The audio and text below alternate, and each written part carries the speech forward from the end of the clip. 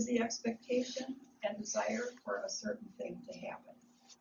My granddaughter and I were discussing this recently, and her opinion is that you can have hope for something to happen, but you also must be willing to do something to make it happen.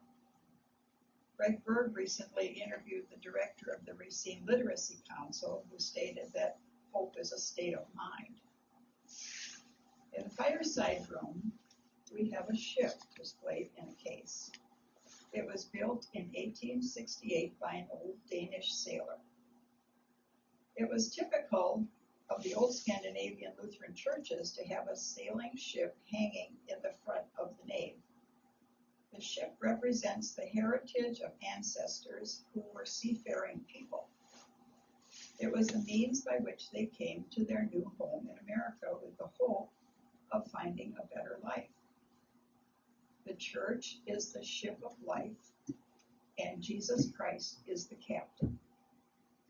Our ship hung in the old Emmaus Church building, but when the congregation moved into this building, the ceiling was too high.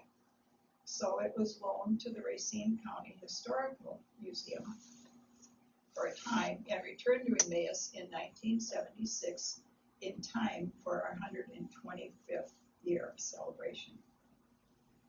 It reminds us that our congregation was formed over 150 years ago by a group of Norwegian and Danish immigrants whose journeys to America were often difficult but filled with hope. I think it can also be a symbol of hope for our more recent immigrants who have become part of our Emmaus congregation.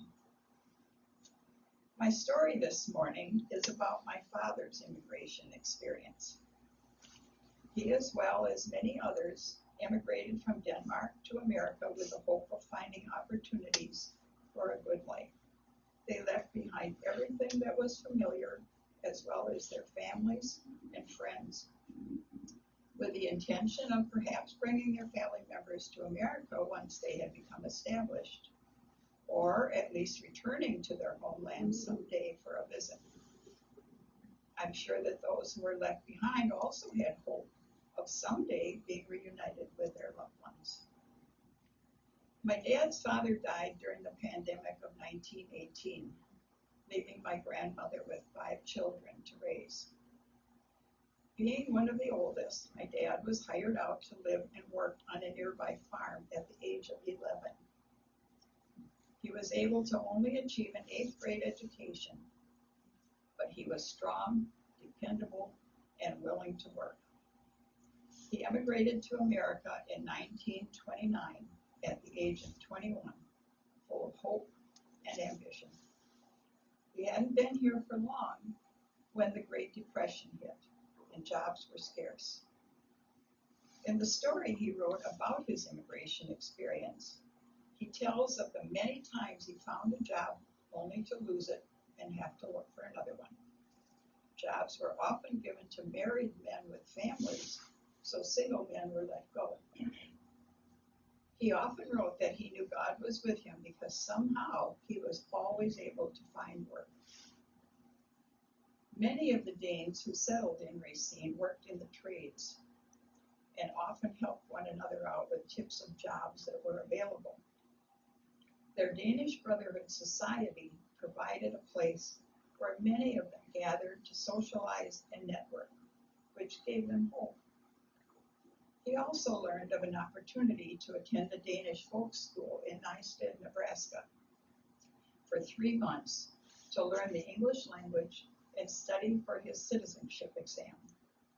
So he and a friend took advantage of that as well, and he felt it was well worth the $20 a month he paid for room and board and schooling.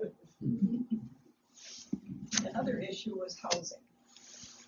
Again, my dad expressed his faith that he knew God helped him when a kind couple invited him to live with them.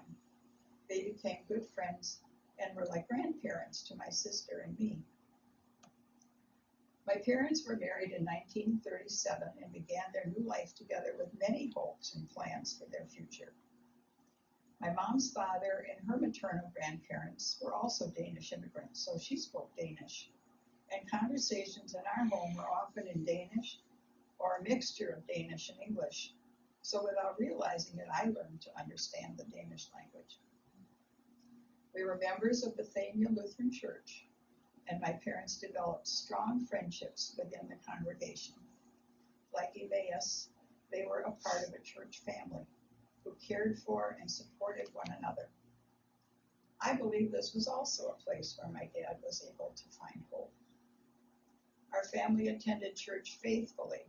On Sunday morning, Dad got everybody up, prepared breakfast, and made sure we were not late for church. It didn't matter how late we were out the night before, no excuses.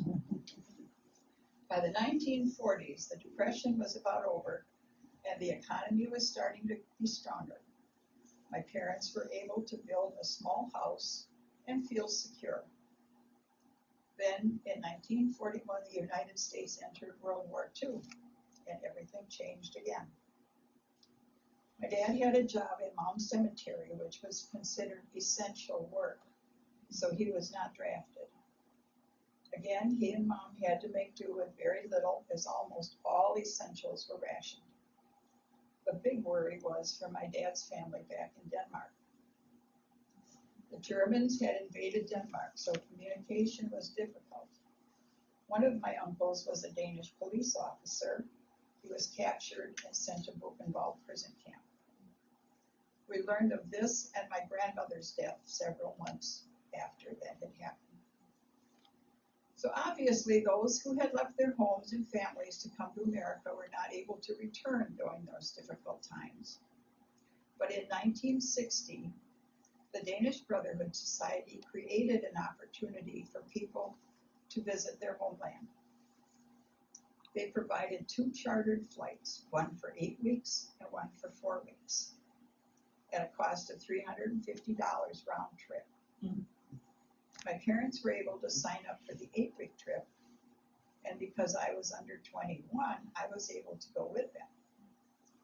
It never occurred to me that maybe they had been looking forward to 8 weeks without me along. As it turned out, for me, it was an experience of witnessing hope realized by those who made the trip, as well as their loved ones who had remained in Denmark. In those days, passengers boarded outside on the tarmac, climbing up the stairs into the plane. And family members could accompany us out there as we prepared to board.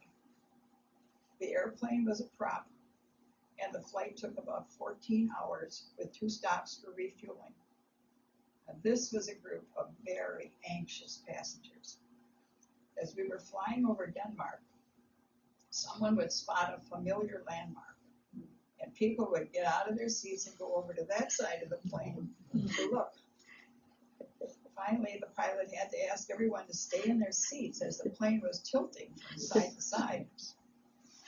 Finally, we arrived at the Copenhagen airport, and as we disembarked, we were greeted by our families, holding signs and bearing bouquets of flowers to welcome their loved ones home. What a sight! Seeing those friends reunited with their families is a memory I have never forgotten. For 30 years or more, those people had lived with the hope of being together again, and now it was actually happening. As for me, I was able to meet my family. My dad showed me where he grew up and introduced me to his childhood friends. It was such a pleasure to watch them interact with his siblings and listen to their stories. Remember, I could understand Danish. Mostly, it was just a privilege to witness the joy and love of his family who never lost hope. In the preface to Billy Graham's devotional book, Hope for Each Day, he wrote, "When I think about God's love, I tend to dwell upon all the good things he has done for me. But then I must stop and realize that even when circumstances have been hard or the way unclear, God has still surrounded me with his love.